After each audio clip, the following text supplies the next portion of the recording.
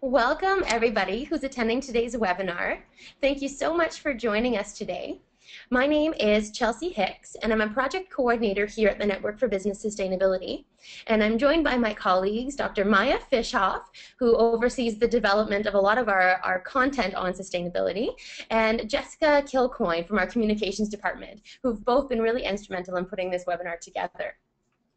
Now, before we get started today on the meat and potatoes of how to teach sustainability, I want to start with some instructions for using the technology, which will really help you get the most out of today's webinar. Now, as you know, today's webinar will be interactive, and so you'll have the chance to share your thoughts via audio. You'll have time for that during the question period after each of our two speakers, and also during an open discussion period at the end. So please make sure that your microphone is turned on and the volume is turned up. We do have everybody muted for now, but during those designated participation times, when you signal you want to speak, we'll call you by name and unmute you. If you don't have audio or a microphone, you can share your comments using the questions box. They'll come directly to us and we can read them out loud for you. So just to make sure everybody's comfortable with this, can I get everybody to use the raise hand button now? It's the hand shown on your screen. So raise your hand. This is how you're going to signal that you want to share something. Good. I see some hands going up. Michael King, wonderful. Tima Bansal, Nick Libretto. All right, one more call. Please raise your hand. There's a few people we're still waiting on. All right, we're at about 80%, so that's great. So I'm putting everybody's hands down, but please remember that that function exists when you want to share something. And just a reminder, this webinar will be recorded, so it'll be available online, and I'll give you the website for that after the webinar. Okay, on to the main content. So everybody is here today, I believe, because you're looking for concrete activities, cases, projects, assignments, field trips that you can use to teach sustainability in your own finance or accounting courses. But before we start, I think it's important that we define what is sustainability, even if it's just a working definition for this webinar. Now, there's about as many definitions of sustainability as there are people, but for today's webinar, we're going to take a really broad view. So we're going to say anything that considers a combination of the social, environmental, and economic impacts of business. And you'll probably recognize many familiar subtopics like ethics, corporate social responsibility, poverty alleviation, stakeholder engagement. These are all really critical aspects to sustainable business. With that broad umbrella, I'd invite you to think about what you're already doing to teach some aspect of sustainability, whether it's a case or an activity, because as I mentioned, there will be about 10 minutes at the end of the webinar when we'll invite you to share strategies that have worked. We really want to hear from you, so keep that in mind. Now, as I mentioned, I'm from the Network for Business Sustainability, and we are an organization that advances sustainable business models by connecting research and practice. So we take the sustainability challenges of managers and respond with academic research. So we've been doing this for about 8 years, and the result has been over 200 pieces of content that are now based on academic research, but are translated into actionable, understandable language that students will understand and be able to apply in their learning and assignments, and that managers can use. Because we are publicly funded, all of these resources are available free online, and I'd invite you to check them out and see how they can either be used as a platform for one of your lectures or some of our lighter pieces, maybe as an accompanying reading. All of our resources are available at www.nbs.net, and you'll find that on each page there's an option to search for content according to either topic, business function, or publication type. You might be, for example, interested in topics pertaining to the business case for sustainability, which you would find as the first heading under topics. If you find that our content is useful in your classroom, I'd invite you to subscribe, which you can also do from nbs.net. And this will put you on the list to receive new content every month. And just to seed your thinking, here's a couple of publications that we have that might be relevant in your classrooms. So for example, we do have a topic on, or a report on the top 8 research findings on whether CSR pays. So this includes a short summary of 8 research articles on how CSR pays. Maybe you're looking for something more actionable, 5 steps for building sustainability into corporate budgeting and planning. Very relevant. And coming up soon, we've compiled a comprehensive set of resources on the business case for CSR, and we've done so for 2 audiences. Small firms, which will be available in about 2 weeks at the website that you see on your screen. And so again, this is just an extensive compilation of facts on how various CSR activities pay. And coming in the fall, we'll have something similar, a large-scale compilation of resources for large firms. And with that, I would like to turn it over to our guest speakers, because you didn't come to listen to me talk today. And so our guest speakers today will be Dr. Charles Cho from ESSEC Business School and Dr. Mark Cohen from the Owen Graduate School of Management. And first we'll have Charles. So Charles, please go ahead and activate your microphone and your audio. It's my pleasure to introduce Charles. He's an associate professor of accounting at ESSEC School of Business, and his research focuses on social and environmental accounting, corporate social responsibility, and accounting in the public interest. He's been extensively published in high-impact journals, including Accounting, Auditing and Accountability, and the European Accounting Review. And prior to his academic experience, he also has a lot of practitioner experience. He's a certified public accountant and a certified general accountant, and has worked with major public accounting firms like KPMG. And this experience carries through into Charles' teaching. He teaches at the undergraduate, graduate, and graduate levels on topics like public accountability, finance and managerial accounting, and has recently designed a CSR-related course that he teaches at the PhD, MBA, and undergraduate level. And so with that, Charles, I'd like to turn it over to you. Thanks for joining us today. Well, thank you, Chelsea, for organizing this webinar, and thank you for having me in this introduction.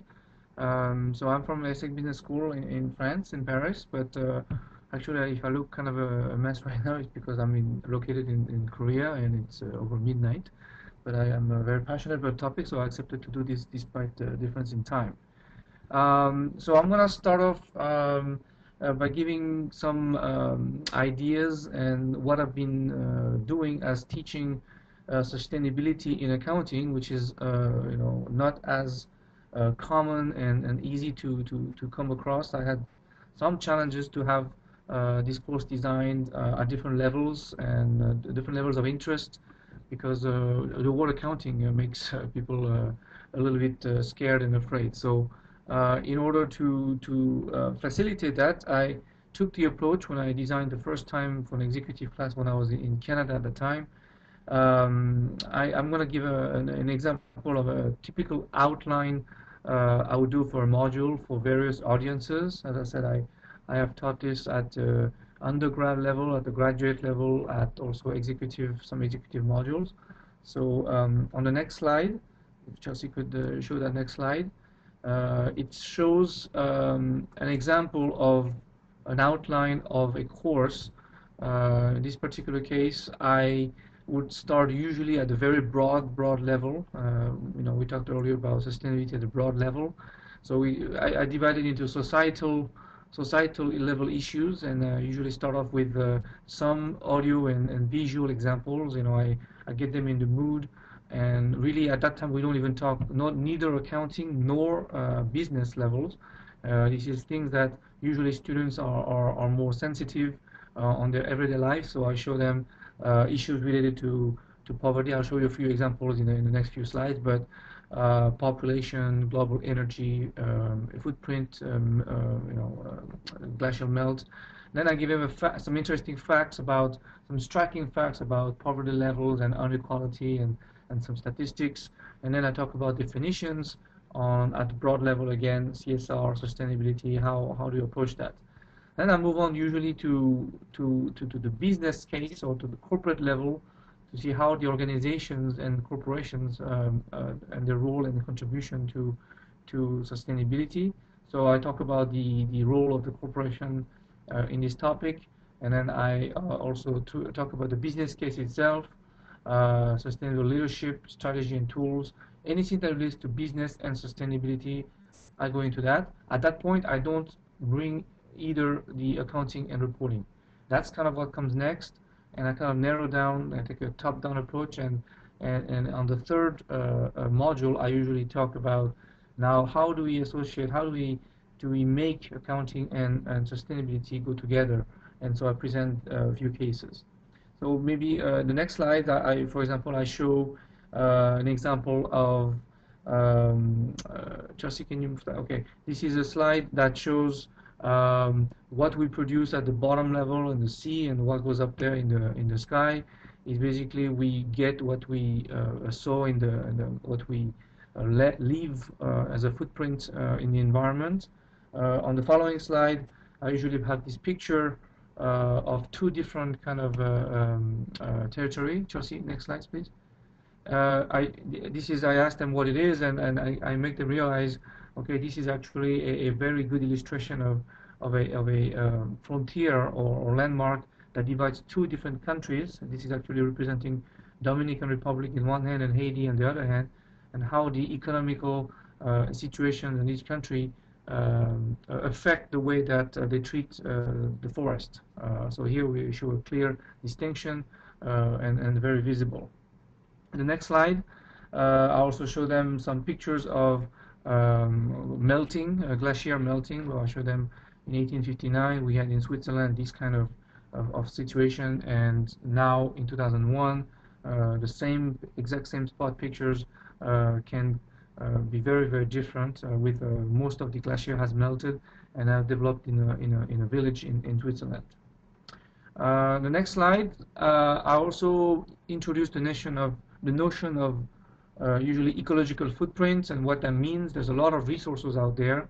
I put some sources down there, like the Global Footprint Network produces reports that has lots of data in there, and basically the idea is to show what is our impact in terms of ecological and societal levels, lifestyle. Show them, for example, that here today we would need 50% more of a planet if we want to maintain the type of lifestyle that we have, consumption issues, and how much people are turning resources into waste faster than nature can turn waste into resources. On the next slide, I also give them a very broad definition of sustainability, the classic one from the Brundtland Commission. I explain the importance to have the three circles. If we have only two out of the three, we may not achieve sustainability, but rather a bearable and equitable or viable situation. And I gave them some examples of that. And I really stay at the basic level in here. Then on the next one, this is kind of where I bring the business mind and briefly introducing what John Elkington called people, planet, profit, and how much we have been ignoring pretty much people and planet into the business accounts. We talked about triple bottom line rather than a single bottom line. And from there on, this is kind of where I give them the extreme mindsets. And the next slide, going from the way that we look at the perspective from the corporation, where the economy is on its own so big that it cannot really fail. On the other hand, the nature perspective that gives us a picture of environment that covers everything. I don't know if you can click on that one more slide, Chelsea, to show the other type. Thank you. So that gives them a kind of a visual aspect of how we look at things. You know, on the nature's perspective, the economy is only part of society, which is in turn part of the larger environment. Okay, and then this is kind of where I try to go into the accounting and the accountability. So I start off with some kind of broad definition of sustainable accounting and reporting, the classic one, but I also make a very strong emphasis on the notion of social accountability. On the next slide, there is some definition from Medawar in 1976, who defines accountability or social accountability, and we make sure that we tell them that this is different than social accounting itself. Social accountability that This is about power, and this is about who makes decisions and who has to give accounts to the people who have power, to the people who don't have power, and explain and justify the use. And I underline that the hope in social accounting, the field, is to increase the social accountability of business through the provision of better information. So I just tell them that this is not only about business case and making things just for the economic factor, but it is really to provide better disclosure, better information. And that's how I link also the sustainability accounting, accountability in that process. So from now on, I want to provide a few example concrete cases to illustrate. So on the next slide, unfortunately, I know technologically it's not going to work very well, but I make them this video on YouTube on the BP case. It's actually pretty funny, and Chelsea had actually looked at it and she said that she found it funny, but it's funny, but not so funny actually. But this is a video. The link is there, and you can Google BP video, and you'll find it very easily. It's showing some office in the office. They show how they're dealing with the BP crisis, and at some point they're trying to fix up the spill like it has been in real case. And then at some point, the guy from Halliburton comes in and talks about this is your fault and this is my fault and you're not my fault, etc. And it's like the blaming game. And this is where I say, well, here is an example of people and companies who do not buy into the social accountability and are not willing to be accountable for the actions they did. We have on one hand BP and then other subcontractors, and this is a very good illustration of how it had happened in that case. Still on BP, on the next slide, there is something that's called in the literature in social accounting, shadow versus silent reports.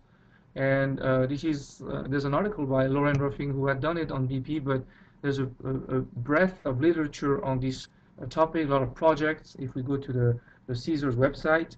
And this is basically comparing the shadow report, which is what the media reports on the company, for example, here on BP, and versus the silent report, which we call BP own produced sustainability report. And we see I make students go into looking at different media reports and compare it and contrast them, and we can see a lot of differences. So on the next slide, for example, I identify some questions to make them go through the reports, both reports, the shadow and the silent report. Okay, I asked them first, what does the report look to you? How does the CEO introduction? And then more specific questions about what do the fatalities data tell us, the employee community. I make them go through the indicators and compare them. And I ask them more questions. I mean, we can come up with a lot of questions, or we can also leave them open to make a group discussion by small groups and share in front of the classroom. And this has really worked very well, in class, because students are realizing how much the gaps is between what the company is reporting and versus others. The next slides is, now I introduce sometimes also some of my own research results. For example, in this paper that I've done recently, I show them an example of sustainable report using graph and impression management. And here I show them how, for a concrete visual example of carbon dioxide levels that look like they're only decreasing by 7% if you take some numbers. But if you measure really the scale of those histograms from the first year to the last year, it's really looking like it's decreasing by half, like you can see on this graph. And I kind of explain to them, this is what we call a graph discrepancy, and basically it's completely out of scale. And this is what company kind of use to have a management impression, manage the impression of the audience through the reports. The next slide is also part of some recent paper I've done, and I basically show them how much environmental or sustainability performance and sustainability disclosure can be very tricky, because they allow firms to be included in the Dow Jones Sustainability Index, and being in the Dow Jones Sustainability Index definitely has a very positive, strong relation to have a good environmental reputation. So what we found in this paper, I show them that, look, how to be included in the DJSI, guess what? You don't really have to do much, but if you say a lot of nice things, apparently you can be on the DJSI and you can benefit from a good reputation. And I kind of explained to them, look, the implications is that the firms do not have very good incentive to be good performers, but just being a better discloser. Okay, and finally, this is the one, really my favorite one. The next slide, I take it, this is not from one of my papers, contrary to the previous slides. I take this example of the 2005 sustainability report of Anglo-American. So I introduced the firm that it's a very large, diversified mining and natural resource firm located in South Africa. I get some quotes from the reports that they are explaining how much they're committed to the sustainable development and how much they're embedded in their practices of every day. But the issue that they face in South Africa, of course, they have environmental issues, but it is the issues of HIV and AIDS. And this company has been struggling and has to deal with this issue because of the spread of this disease in South Africa. And here I show them a quote that this is about safety issues in mining. In the next slide, I continue to kind of show some excerpts of the sustainability report. Next, yes. So this is from the report. I explained to them that this is actually an award-winning report, okay, because they have I also introduced them the notion of this is reporting in CSR reports, and I introduced this notion of ART, this intra-retroviral treatment, which is actually a way to reduce or slow down the spread of HIV to become AIDS. Sometimes you could even have a good thing to prevent them. And then I show them in the next slide. I know Chelsea comes in, so I have to kind of finish up. I show them this last slide, very last one. And I ask them, this is kind of the graph where they show that before ART starts, there was an average 6 days per worker that was going up, and after that, it goes down. And I leave that slide up, and I just open the debate, and I ask them, how adequate and appropriate is this kind of graph in a sustainability report? And then here you get all kinds of responses. You can get an extreme response, like this is great, or a very shocking reaction. And you can introduce a lot of notion of accountability, responsibility, business case, non-business case scenarios. So I think this means that I have one more slide, but this is really not that important. So if my time is up, I'm pretty much done with my talk. Oh, okay. So Chelsea says we can go. So and some of the sessions, the last slide, I have these questions to, it worked a lot with the management training I done. These store managers are getting very emotional when they did this kind of module overall, and I had them answer questions like, make sure that they tell me what they really learned, what was the most memorable thing, the most challenging, what was the thing that was the ring most true to you, what surprised me, how I feel about myself. And this is something that they really appreciate, because now they have some takeaways at the personal level. So it doesn't work in all audiences, but it has worked in some. So I just put that slide up because this is some of the questions I've been asking to the audience. Okay, so I think at this point I am really done, but of course I'd be more than happy to share and answer questions and listen to comments, etc. So I thank you for your attention, and I think we'll move on with the webinar. Thank you.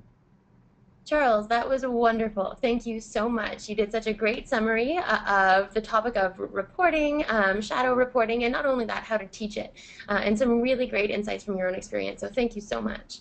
And at this point, I'd like to invite any questions for Charles. And I did have a question come in just to see the conversation. Will the slides actually be available for download, or just the visual recording? And it will just be the recording that's available. It'll be available online. I'll give you the link, but again, the slides will not be available for download and reuse. So thanks very much for that. And let's start off with Lori Mook. Lori, I see that you've got your hand raised. I've now unmuted your microphone. Please go ahead.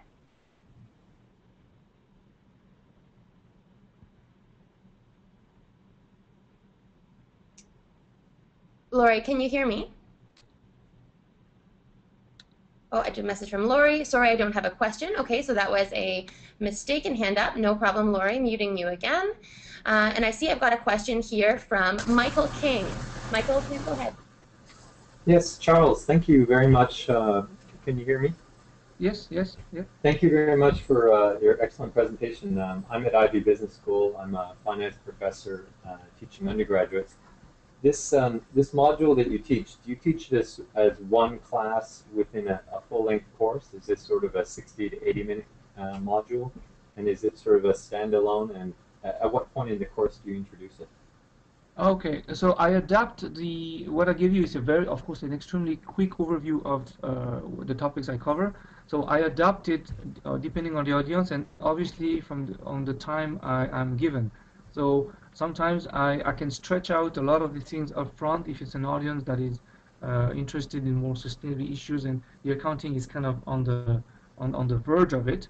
Or if it's, for example, I recently taught a class in my own school that was related to accounting, and then I put more emphasis. So I've done it in a one single day, one-shot class. I've done it in a 2-hour slots.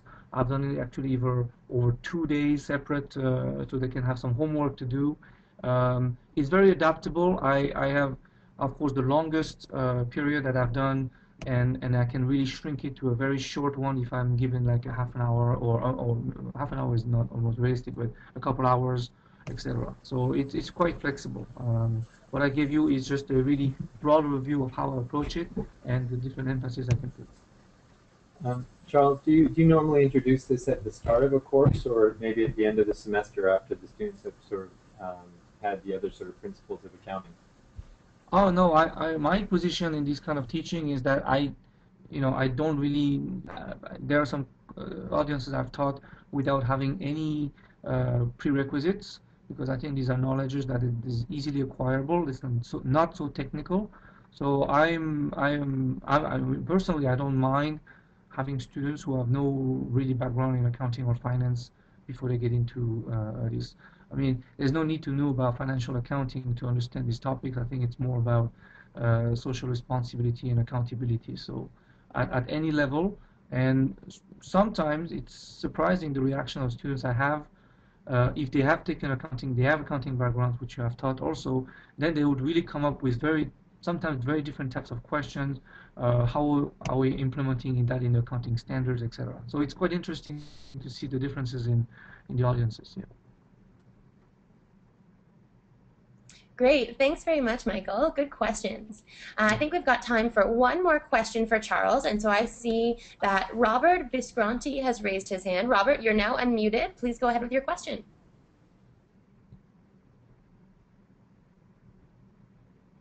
Robert, can you hear me? Oh, and Robert says, no question, sorry. That came in by text. No problem, Robert. We may have time for one more question. Anybody else? Okay, so I've got a question that's come in by text from Mark Renault, and it says, do you invite in-depth discussions about the purpose of the firm, for example, the pros and cons of shareholder agency versus stakeholder theory? And if so, how do you handle these within the module?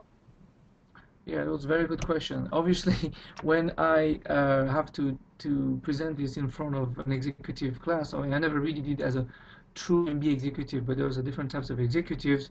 There is going to be a natural debate that will emanate from this discussion.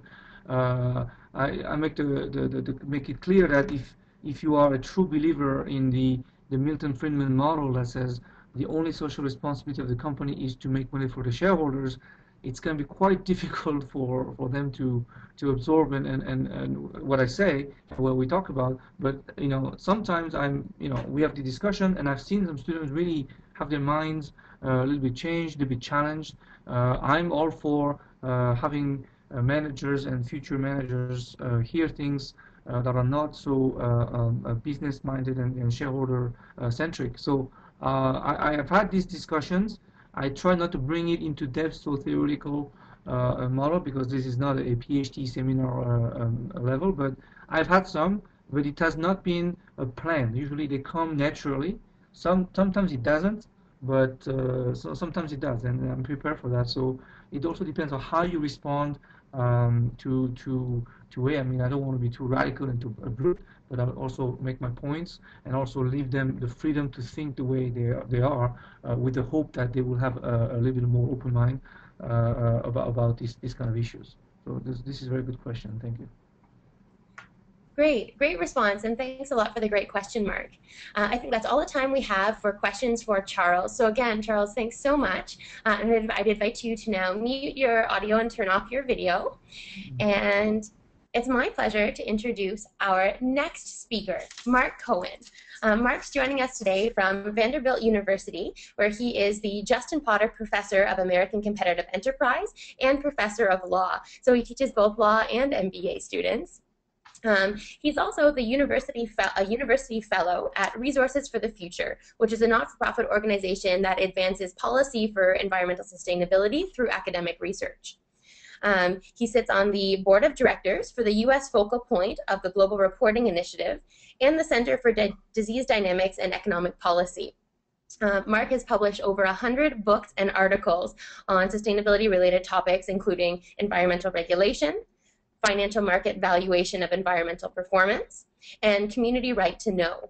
And this expertise definitely carries through into Mark's teaching. So as I mentioned, he teaches both MBA and law students, and his most recent course offering, called Financial Analysis of Environmental, Social, and Governance Data, received honorable mention at the 2012 Page Prize for Environmental Sustainability Curricula. So with that, Mark, thanks so much for joining us, and I turn it over to you. Thank you very much, and good morning or afternoon or evening, depending on where you are.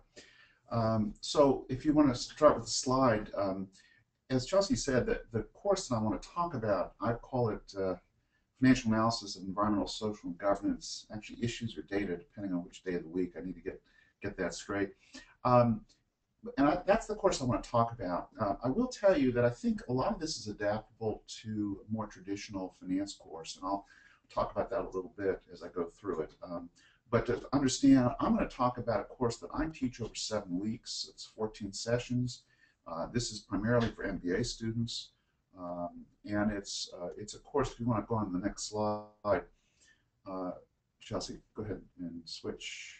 There we go. The course itself is meant to get students to start to understand how they can incorporate these non-market factors, both quantitative metrics, and I'll give you some examples, as well as qualitative metrics, policies of companies, and how they might be material to firms, both currently and in the future. So essentially what we're doing is we're taking a lot of the types of cases that you might teach in a CSR course. We're taking some of that contextual information, drilling down and obtaining mostly GRI type of data, but accounting data, non-financial accounting type data, and incorporating that into financial models. So we're going to sort of crawl and then walk and then run. So we'll do some things like just trying to understand the metrics. I'm going to talk about this in a second. Compare and rank these policies, compare and rank performance, financial performance. But then we'll get into things like constructing portfolios and even doing corporate valuation models. So looking at traditional corporate valuation models and thinking about how these non-market factors do or do not currently enter into corporate valuation models, as well as how they might in the future. So this is, and I will tell you, this is a pretty cutting-edge course in the sense I don't know of anybody who's actually taught a course like this. It's very experimental. I've done it twice now, 2 years, and I'll be doing it again. So I'm quite pleased with it, but it is quite experimental. So if you want to go on to the next page, you can see that the target audience, and I'm really, really careful in trying to market this class to students, to both finance students and to more traditional net impact or sustainability students. So my goal of this course is to get the finance students to come to the class. That's my goal. And so far I've been pretty successful. I mean, half the students have been traditional finance students, half have been non-finance students who are really scared by the topic, scared by the title, and I have to convince them that it's okay that it's okay if you're not a finance guru. You're an MBA student, you've had basic finance, and almost all the work is group work, and we'll make sure that you pair up with a student, a finance student, and a non-finance student. And in fact, that's really worked really well. So the goal is to convince students that this is a cutting-edge topic, that for finance students, it may enhance their value to employers right now, but more likely in the future. And I think we're seeing some students who are taking this class and are actually targeting the non-traditional, the CSR type, SRI type funds, but some of them are really just more interested in traditional finance, and they think, I think rightfully so, that this will give them an edge in thinking about future financial issues. And then the other half of the students really have been non-finance students, and I think, again, a lot of them tend to be very scared by this topic, but it seems to work out pretty well. So let me just move on to the next, just so we're all on the same page. This is the kind of thing that we're talking about. And I actually, as Chelsea sort of explained her notion of sustainability for today's discussion, I want to expand that just a minute. As you can see, I've put governance into this, and there's a lot of discussion about whether governance is appropriate in terms of sustainability. We can talk about that during Q&A if you'd like. But I have included governance for a number of reasons. It's one of the areas where there's a lot of data. It's one of the areas where I think that the markets are clearly looking at this, but some of these areas are not being looked at even by the markets. So I think it's still an important area. But you can see, and you start to look just as quick examples on the environmental side. We have things that are negative, such as discharges to water, significant spills, the number of fines, the amount of fines paid. But we also have things that are progressive, things that are forward-looking, percent renewable energy, ISO-certified facilities, which would reduce risk. And so we're going to look both at risks and opportunities, and I'll talk about that again in a minute. On social, we have all kinds of metrics, employee turnover, training, diversity, health and safety records, human rights policies. So you can see that some of these, again, are going to be very quantitative, like employee turnover, percent of diversity. Some of them are very qualitative. What kind of a health and safety, what kind of a human rights policy do you have? Do you have a child labor policy? Those kinds of things. And on the governance, they are much more traditional, but you'll also see things like gender balance, not just independent directors and poison pills and things like that, but you'll also see things like gender balance, which if you were looking at a traditional finance or accounting course, you would probably not be looking at. So go on to the next slide. There is this growing trend in the financial analyst world of having access to these kinds of data, the kinds of data that I just showed you. And in this course, I use the Bloomberg terminals. I have students learn from day one basic Bloomberg stuff, and I have actually, Bloomberg's been very, very nice. They've actually come on board and do a webinar for us to train our students on ESG data. But I have our students, even before the class starts, get basic training on the financial side of Bloomberg, just the basic stuff. So they feel comfortable on the terminals. Now, for those of you who don't have Bloomberg, I understand Thomson Reuters also has similar servers. I don't know about others. This would be really hard to do without having access to some kind of quantitative data. So that's sort of the caveat. So you want to move on to the next slide. Okay, so I want to talk about 3 class assignments that I use during the course of this semester. First, I want to talk about performance indicators, just basic stuff on performance indicators and what's important. Secondly, we have the students do a ranking procedure, and I'll talk about that. And finally, a much more complicated valuation model. So this can give you a sense of the kinds of things. The first one is going to be rather simple. Almost anybody could adopt it, and you probably don't really need the Bloomberg type terminal. In other words, you probably could do this, adapt this in a different setting. But the others, I think you probably will need some real data, hard data and financial data as well. So if you want to move on, Chelsea, to the next page. Okay, so the first assignment that I wanted to discuss was performance indicators.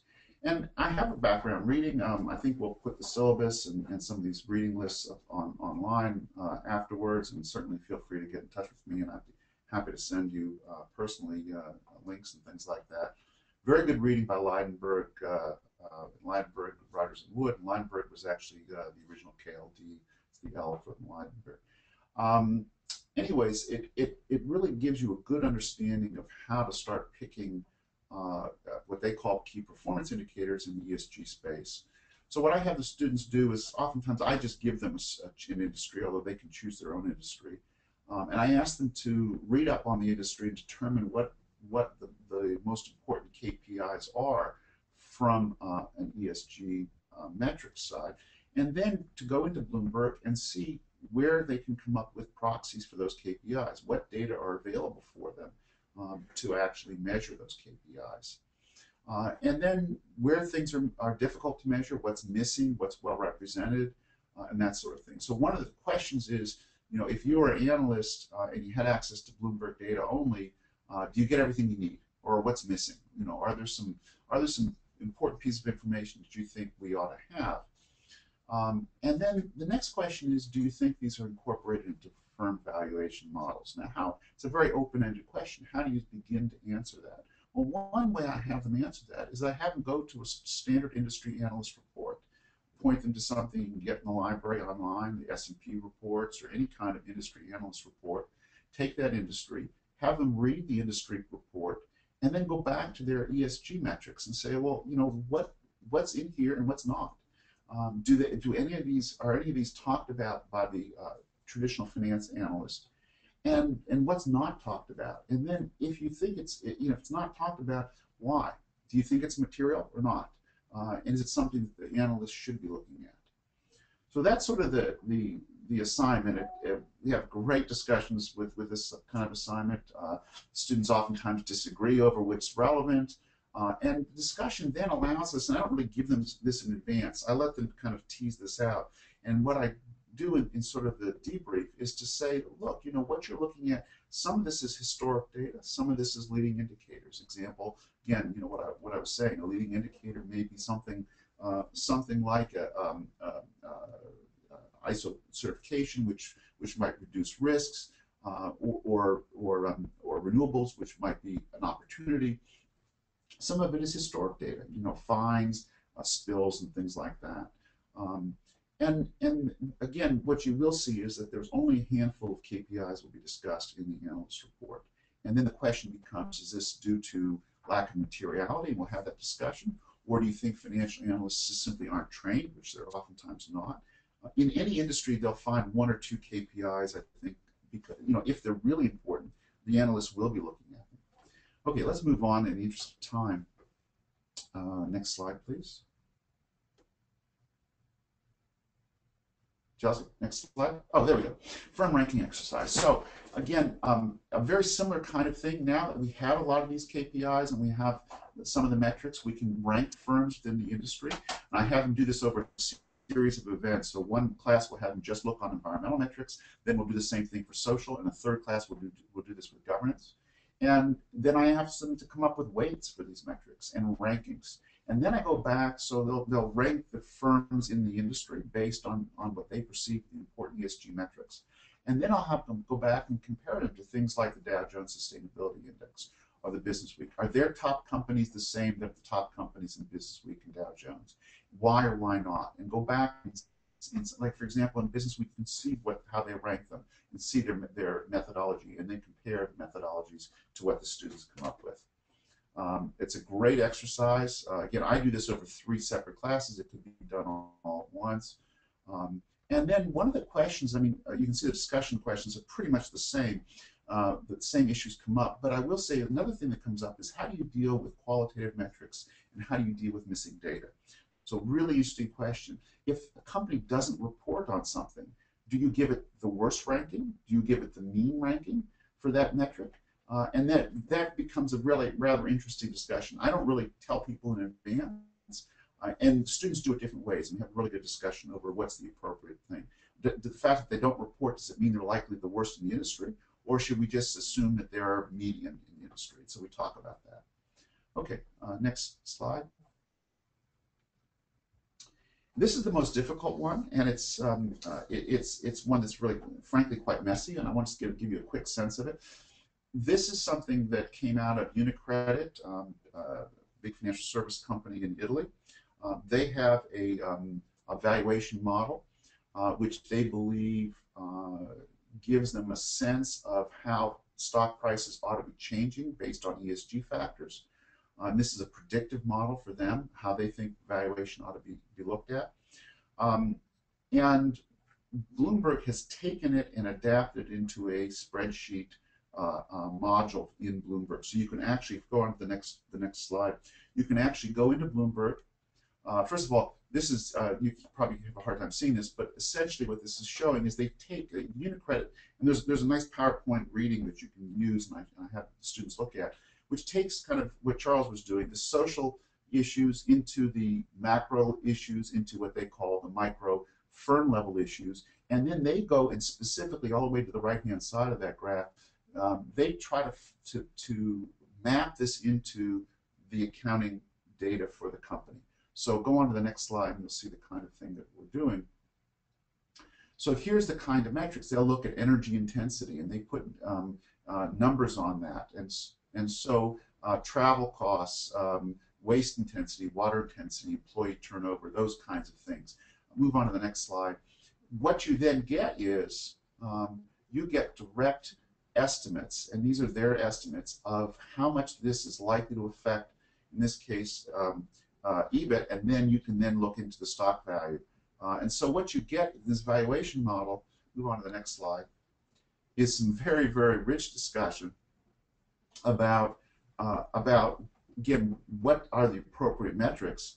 In many cases, the students will argue with the metrics being used, say that some of these don't make sense, we ought to change them, but it gets you into thinking about how the traditional finance valuation model can be changed based on these ESG factors.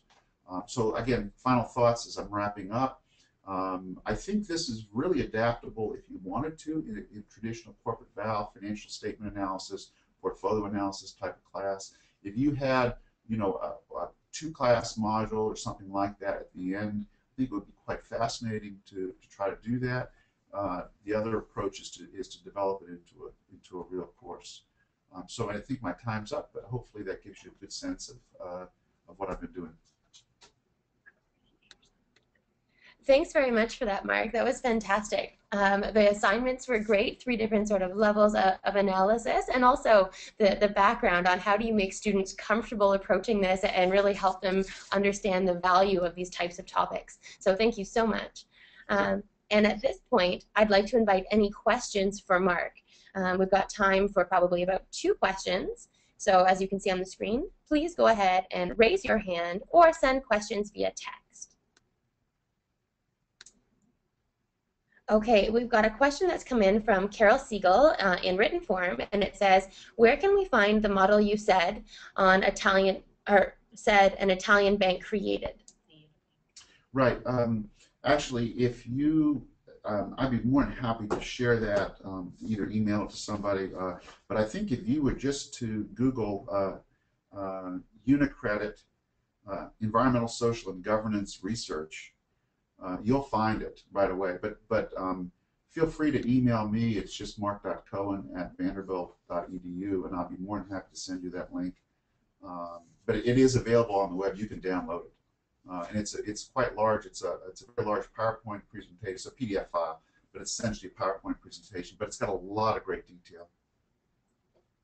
Excellent. And on that note, that's a great question. And Mark will contact you afterwards and get the link from you, or find it on the web, and we'll make the link to those resources available on the same website as this webinar recording. So wherever possible, we'll have those resources available all in one spot.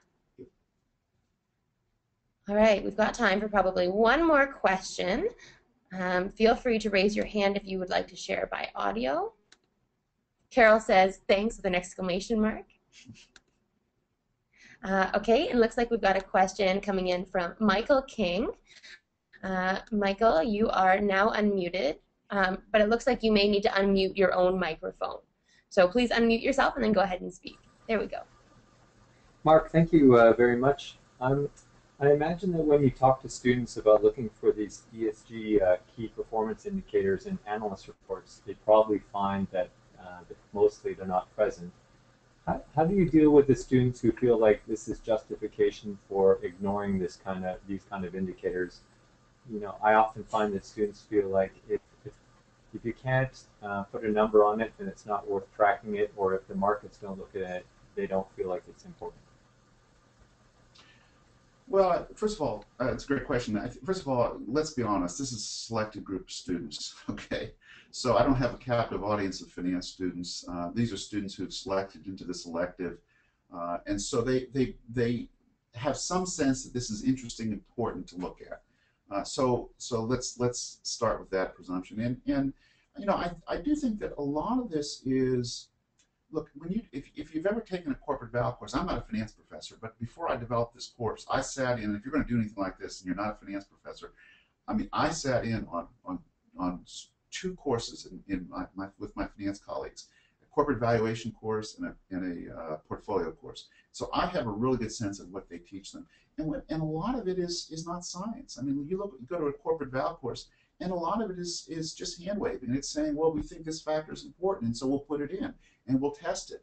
And I think that's the same sort of sense that I give students, that you know, some of this may already be incorporated into the market, some of it's not, and a lot of what finance folks are trying to do is uncover value that the market hasn't quite covered. I mean, if we all believe in efficient markets, why even have these kinds of corporate value courses? So we know that when you do corporate valuation, you get different answers depending on your assumptions, and people come up with all kinds of different answers. There's no, and even the corporate value professors will say there's never one right corporate, you know, there's one estimate. And so I think that's the way you approach it. That we're looking for new ways of valuing companies and uncovering value. And a lot of it I would look at as forward-looking. You know, one of the exercises I have them do is, suppose we put a price on carbon. That's another one, the 4th example. Put a $10 a ton price on carbon. What would happen to your corporate valuation? Which companies would do well? Which companies won't do well? I mean, there's lots of exercises you can do like that I think are very meaningful to students as well. Okay, thank you very much. Great. Thanks for both a great question and great response. I think that's all the time we have now for questions for Mark. So thanks very much, Mark. Sure. And with that, I'd like to reserve the last 7 minutes to actually hear from the audience. And so at this point, I'd like to call on you, the faculty in the audience, to think about your own experience and cases, assignments, textbooks, things that you've used that have worked really well, or maybe challenges you've faced. So if you would like to share a resource, that would be great. I see Michael's hand up, Michael King. I'm wondering if it's reminiscent from the last question. Okay, it's gone down. Any thoughts, any cases or resources you'd like to share? I'll give it about 30 seconds, and then we'll maybe turn it over to our speakers for other thoughts.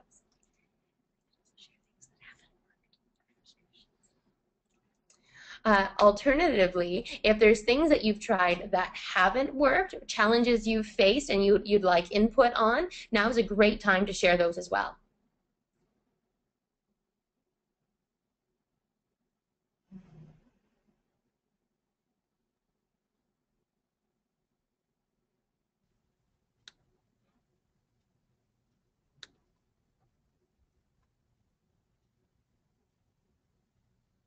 Okay, we've got one hand. Michael, please go ahead and unmute yourself and share. Yeah, just before we get to the speakers again, I wanted to ask them if they've ever, if they can recommend any case materials. Ivy a case teaching school, and it would be very helpful if they knew of any cases that both look at a finance perspective, but also bring in corporate social responsibility or sustainability into the discussion. Great question. And Charles or Mark, whichever of you would like to respond to that, please go ahead and activate your microphone and audio or video. Well, yeah, first of all, I will say, and I'm happy to share my syllabus. We'll put it online. You probably can already get it from the page site at University of South Carolina. But I do have, I mean, I use cases all the time in that course, and so, and there are a couple of more recent Harvard cases that that have come out using ESG data and trying to link them to finance.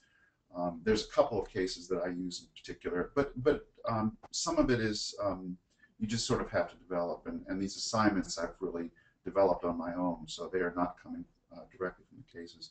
But there are a couple, you know, I will share them with you. I don't have them handy at my fingertips. Okay, great. Thanks for that. Charles, did you have anything that you wanted to weigh in on?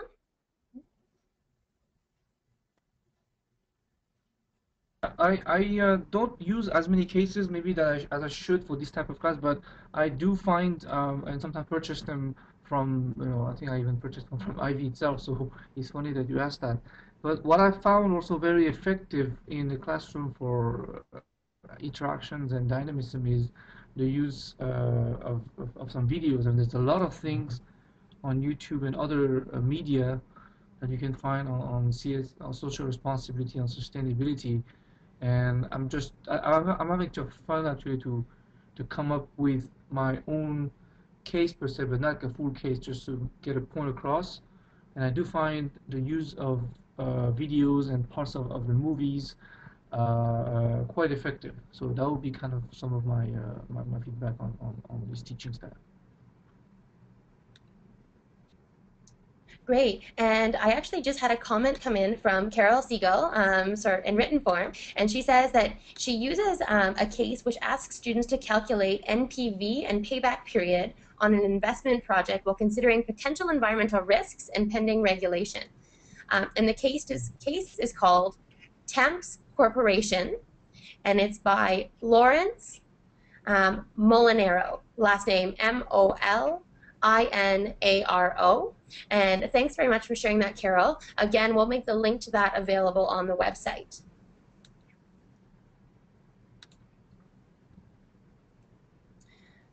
And then I've got one more question that's come in. I think we've got time for one more from Sandra Scott, and it says, Charles, could you share some links to short videos you found most useful?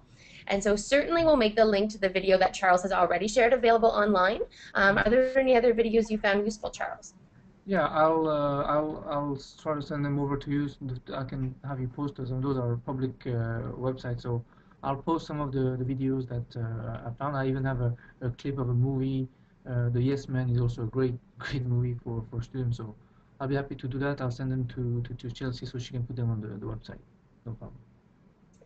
Wonderful, thank you. And so I think that's all the time we have. I do see that there's a couple other recommendations that have come in from Linda Ambrosi and Mark Reno, and so we'll definitely post links to the cases that you're suggesting online as well. So with that, again, I would just like to say another sincere thank you to Mark Cohen and Charles Cho for joining us today. You have been an invaluable, insightful addition to this conversation, and I really appreciate your time. For those of you who want to be able to go back and watch this again, now on the screen in front of you, you'll see the website where all of these resources, including the webinar recording, will be available. In addition to these resources, there'll be a chat function on this website. So if you want to go online and share resources that you haven't thought of, ask questions, I'd invite you to continue the conversation in the chat function on the site. For anyone with questions related to NBS resources on finance and accounting, please email me, chelsea.hicks@nbs.net. And with that, I bid you adieu. The webinar is now over. I will leave this slide up so you can copy down any of the information you want, but please do take 2 minutes to fill out our exit survey when you leave, because that'll really help us understand what's most useful and what we might do next time. Thanks very much. Thank you. Thanks.